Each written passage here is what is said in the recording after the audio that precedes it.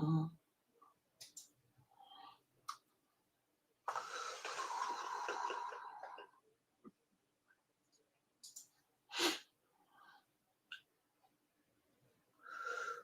Do, do, do, do, do, do. Hey, hey, hold up, hold up. Talking trash.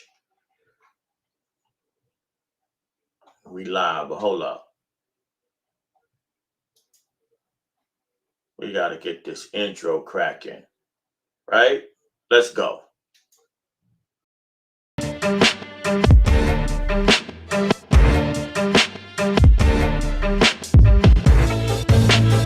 Get ready, ladies and gentlemen, for talking trash.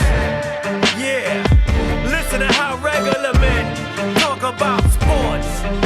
Football, baseball, basketball, hockey, boxing, MMA. We're gonna cover it all. So get ready, cause we're about to talk some trash. Yo, what's good? What's good? It's your man DU. It's your man DU, and it's talking trash. We gonna talk some trash today, right? Like this little cranberry pomegranate, you know, little cranberry pomegranate, good for you. It's good for you, right? Want to shout out my brothers, my cornerstone brothers, Tahim, Dal, Daz. We just got off a very productive Zoom meeting. It's always good to talk to my brothers. Also, I don't have on any today, but again, that Pulsar Entertainment merch. Get yourself a lovely Pulsar or Cornerstone snapback. You can go to Pulsar Entertainment LLC.mybigcommerce.com. Again, it's Pulsar Pulsar Entertainment LLC.mybigcommerce.com and get yourself a dope Cornerstone or Pulsar Entertainment snapback. Matter of fact, I'm gonna bring some Scullies. We're gonna bring some Scullies to the site. You know, it's cold out there. You need something to cover your ears. So let's get into it. Let's talk about Kyrie Irving's return. Kyrie Irving's return to the Brooklyn Nets. I affectionately like to call them little brother. That's the little brother team. Kyrie Irving came back Wednesday night against the Indiana Pacers. Kyrie Irving had a good game, as he should. Kyrie Irving's an exceptional talent. Kyrie Irving was out because of the mandates, and now he's back, and he's only going to play in the away games unless the mandates change. So he came back against the Indiana Pacers. Kyrie scored 22 points in 32 minutes with 129 to 121 win over the Indiana Pacers.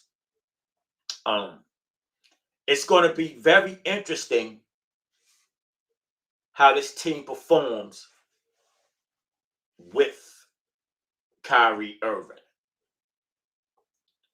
Right now, the Nets are not looking that great.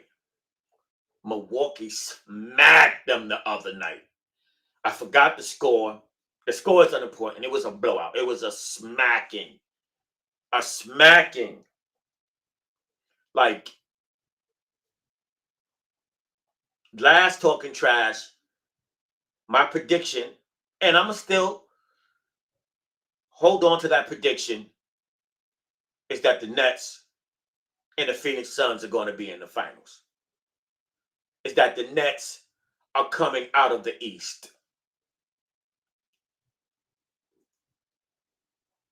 Milwaukee The way they smacked the Nets almost made me want to renege on that. But, of course, I remember it's just the regular season. It's just the regular season. We got a whole bunch of games to go. But Milwaukee looked like when they were playing the Nets, they were trying to show you, look, we're the champs. The Brooklyn Nets aren't the champs yet. We're the champs. We hold the crown. We have that trophy. They got to come through us. And they smacked the Nets by a very large margin. And I want to talk about something that's very interesting to me. Like, I know a lot of strange things. We all have different occupations. And I know a lot of strange things have happened since, at your job, right? I'm going to give you a particular story. I'm recently a retired sanitation worker. I worked for the New York City Department of Sanitation for a little over 20 years and some months. But when I first started, like one of my very first days on the job, I came in and we have these terms like for guys that have time on the job. We call them senior guys. You're a senior guy. And at this time, I'm a rookie. So I walk into the office and a senior guy, a guy with some time, I'll leave him nameless. He's arguing with the supervisors, walks out of the office, and to give you like the scenery, our offices were trailers, and the trailers were on a pier. And the pier, and if you're on the pier, you can expect to be facing water or on some water, right? So, if anybody knows anything about New York, a popular, the Hudson River is probably the biggest body of water in New York, right? City. So this gentleman walks out the office after arguing, and instead of going on his route, he takes out his fishing pole and was like, I'm not doing any work today. And brings out a lawn chair and starts fishing. I said that to say this. Strange things can happen at a job. And these athletes at work, this was a strange week. First, which this is not that strange. It just probably was a mistake. Christian Wood was benched. He missed his COVID-19 test. That happens, right? It's not the first time it happened. But his teammate,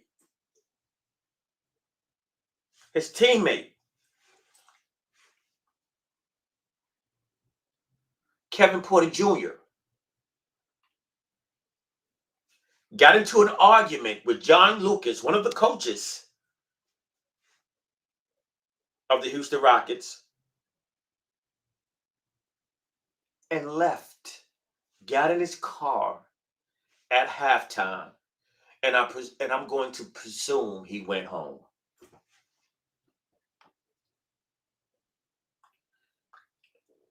Young man, you are not a senior guy, Kevin Porter Jr.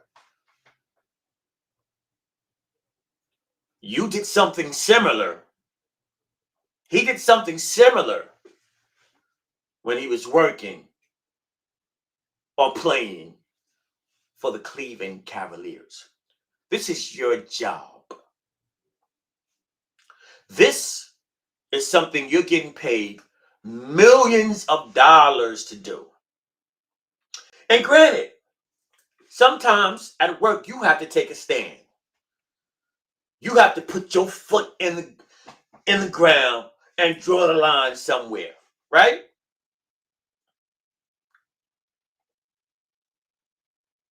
But when Kevin Porter Jr. was with the Cleveland Cavaliers, it was stated that he was upset that someone gave away his locker.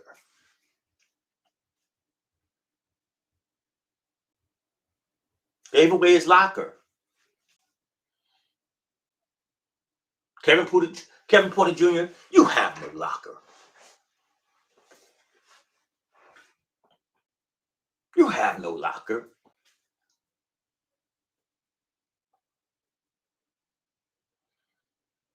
You didn't own that arena.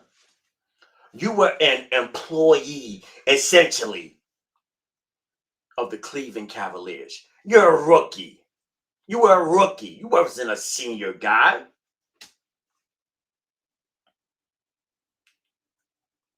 Now he gets a second chance.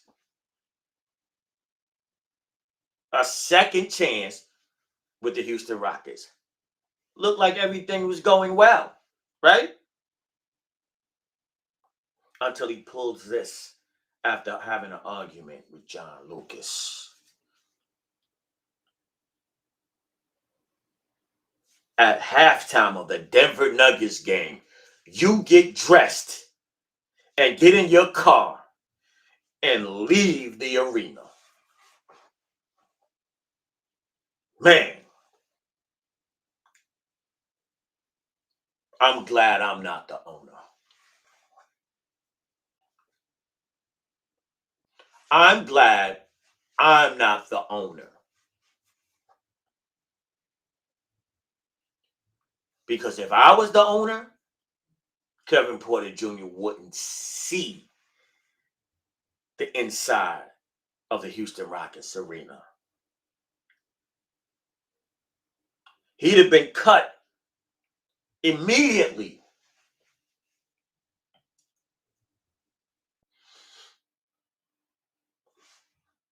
Cut immediately. He left at the halftime of a game. Are you kidding me? Kevin Porter's good.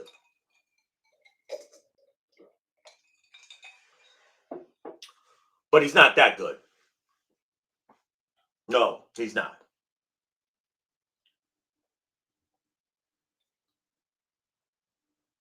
So,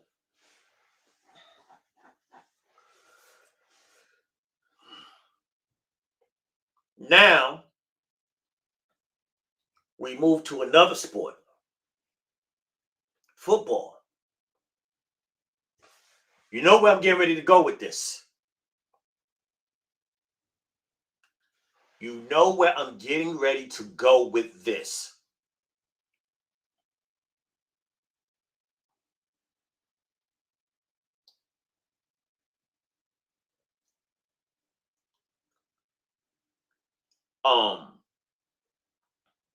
Where I'm getting ready to go,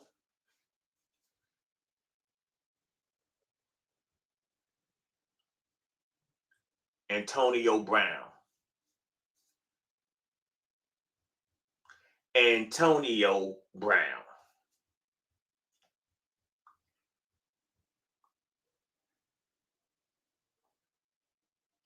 During the game, Antonio Brown takes off his uniform, the top of his uniform, and runs shirtless.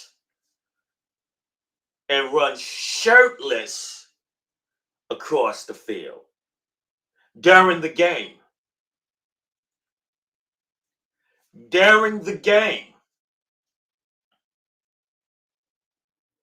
And the way he did it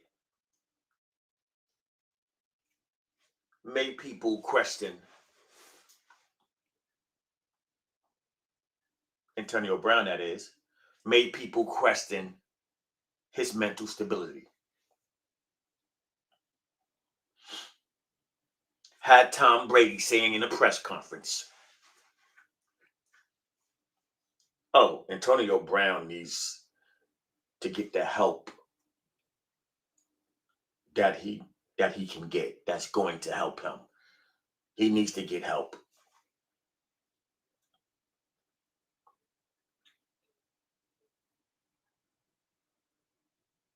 He made it sound like Tom Brady, that is, made it sound like he was crying out for a friend.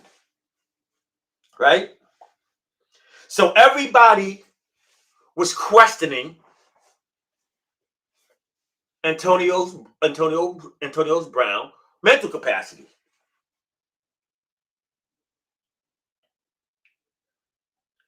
Now I look at it and I go, man, did Antonio Brown see what Kevin Porter Jr. did earlier during the week and decide to say, yo, I'm going to pull this off too? Because when I saw it, I was like, this was definitely planned. This wasn't something, the way Antonio Brown did it wasn't something like you just say you do on the spur of the moment. This is something that you think about. I mean, he took off his jersey, took off his shoulder pads, ran across the field, waving to the crowd like his one last goodbye.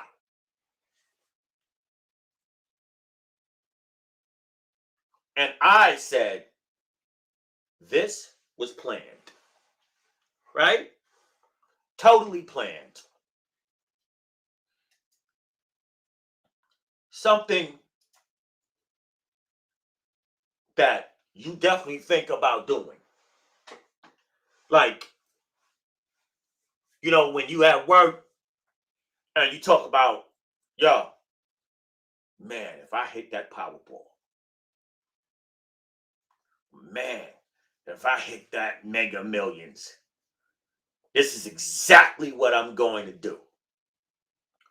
But in Antonio Brown's case, he had some incentives to reach.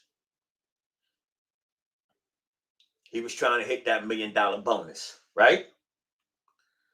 And it came out that he was kind of pissed off that he wasn't hitting that, reaching his incentives. Because each incentive, I believe he reached for yards, catches, touchdowns,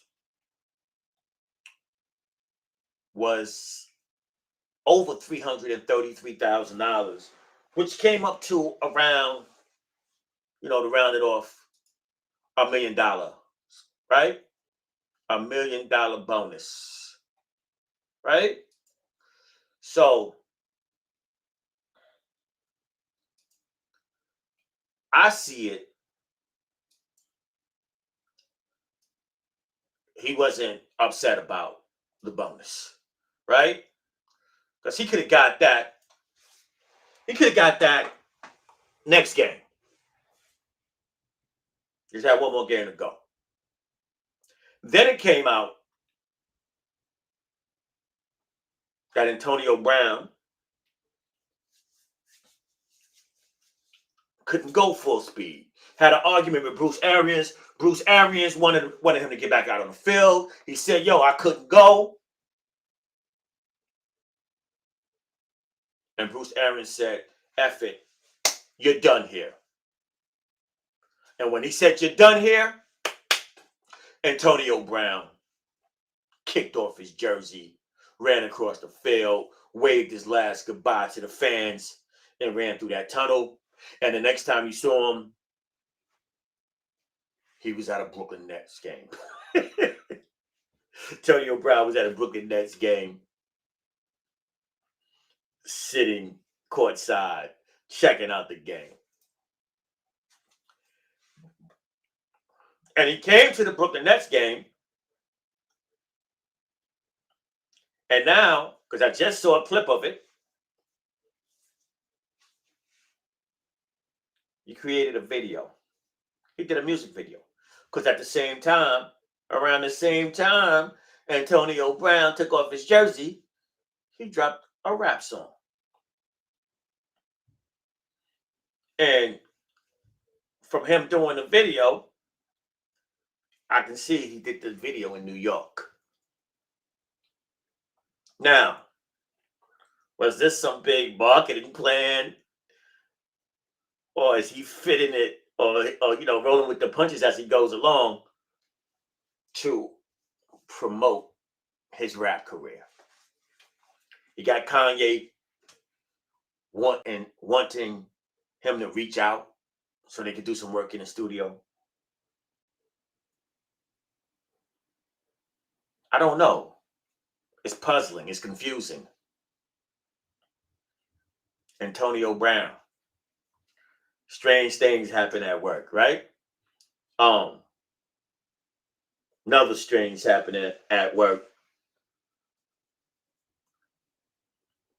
Julius Randle. Poor Julius. Julius Randle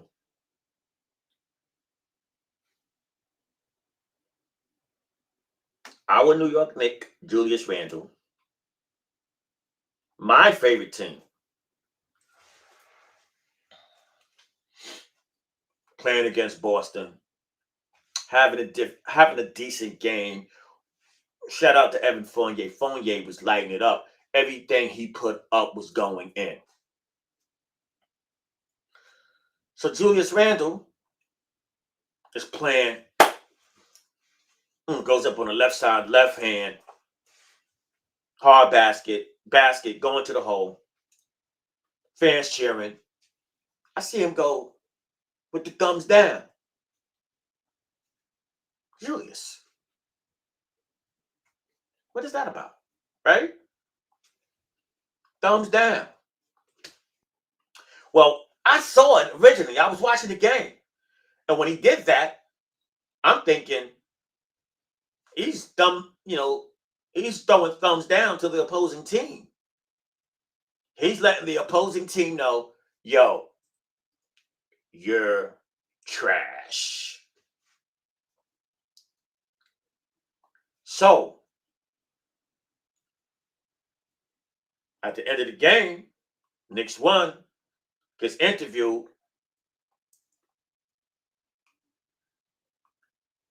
A reporter asked him, yo, what was the thumbs down for, Julius? He said he was telling the crowd to shut the F up. Are you serious? My man, Julius, you are fighting a losing battle.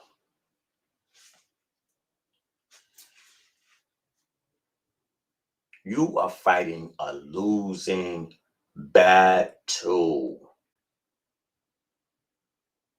Bro, there's no way you're going to win that at all.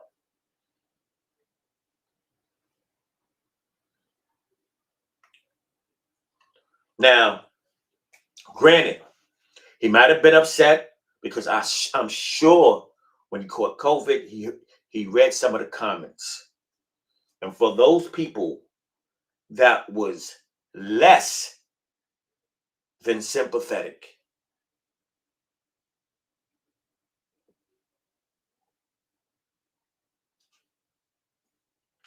yo, you're not even worth talking about.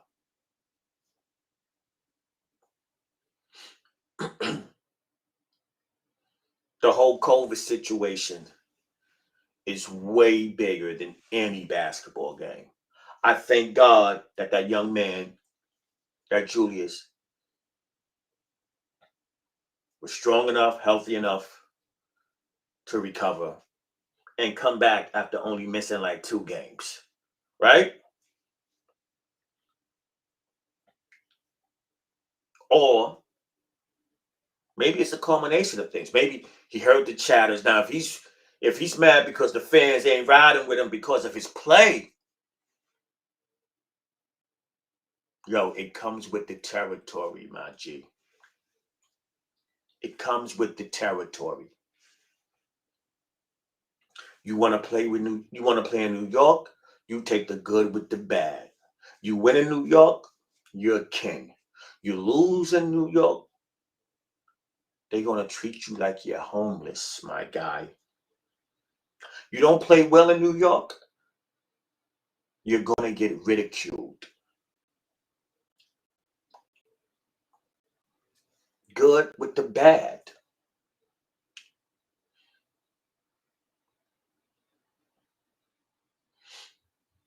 And it's just the way New York is. New York, you know when you've basically done something right in New York, people are gonna cheer you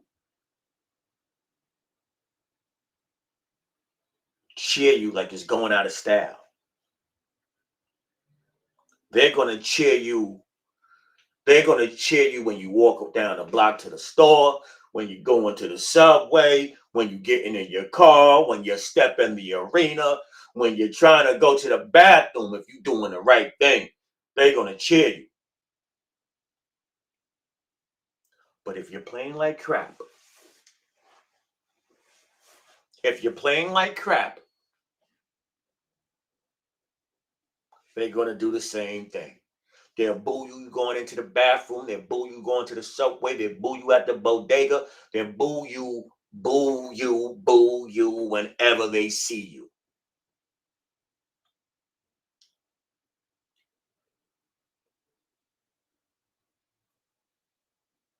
And then at the press conference, saying that you was talking to the fans, throwing the thumbs down in your own arena where you play at, your place of business where you work at.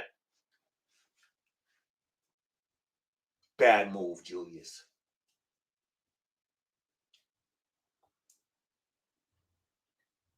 And look, New Yorkers can take it. Like real New Yorkers can take that. That's light work. You going thumbs down, telling somebody to shut the F up. That's light work in New York. The ones that's not going to take too kindly to it is those entitled New Yorkers. Those that's paying like for those front row seats, those court size seats.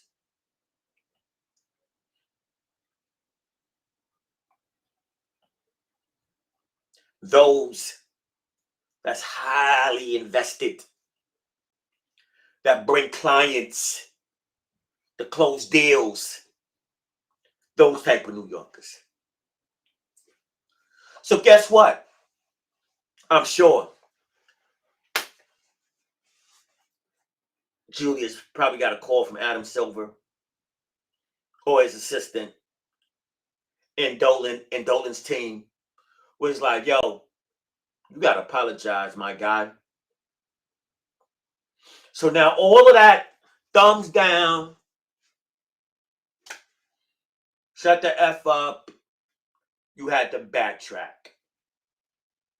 You had to backtrack all of it and apologize. Get on social media with a PR statement to fix it. Because now it's amazing to see. It's going to be amazing to see what happens Monday night when you play the San Antonio Spurs. You're going to be back home. And let's see what type of treatment you get from the fans, Julius. Now, I'm going to speak as a fan. As a fan, this is how I feel. As a fan that supports Julius Randle, I hate to see when the player focuses on the negative. Because when Julius Randle was here, when Marcus Morris Sr. was the focus for the Knicks before the Knicks traded him to the Clippers, I was ride or die with Julius.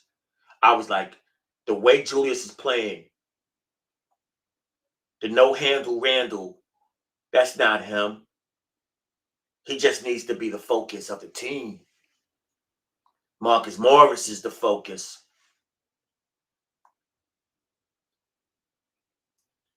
But they traded Marcus Morris. The pandemic hit. Came back with no fans. You balled out. Julius balled out.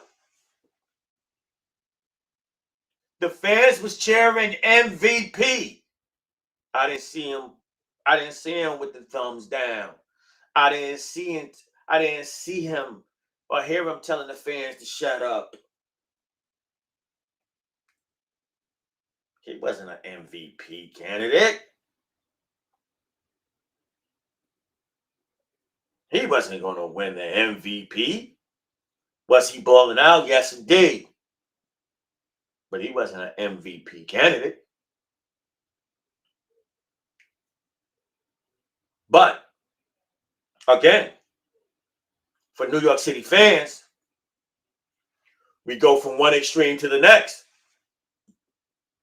So yelling, saying, yo, he's the MVP, was the extreme. Was definitely the extreme.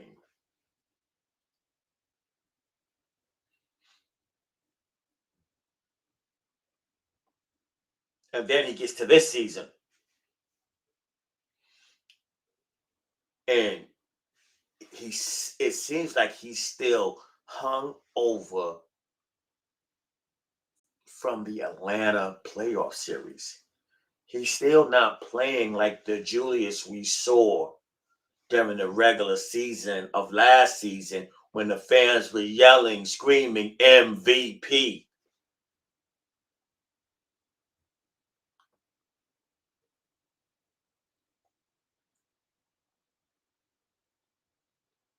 And I looked at his game and said, yo, got on Twitter and was like, yo, there's no way I can support this man the way he's playing right now. I can't support the way he's playing. Can I support him? Yes, because I'm a fan. But the way he's playing, no. A lot of arguing with the refs. No passion. Turnover machine. Is he a bull? Yes. Is he playing well? No. Julius, you got your money. You deserved it. But your skill set and your mouth will get you out of New York.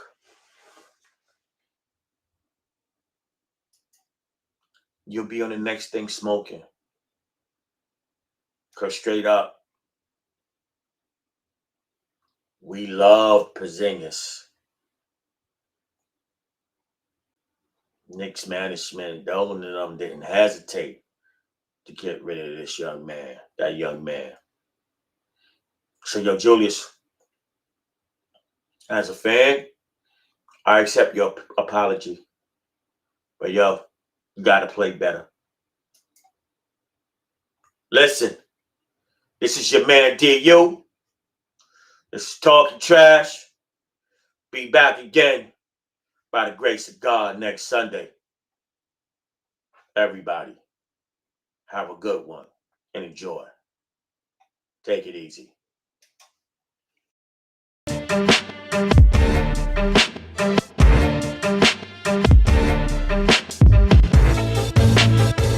ready, ladies and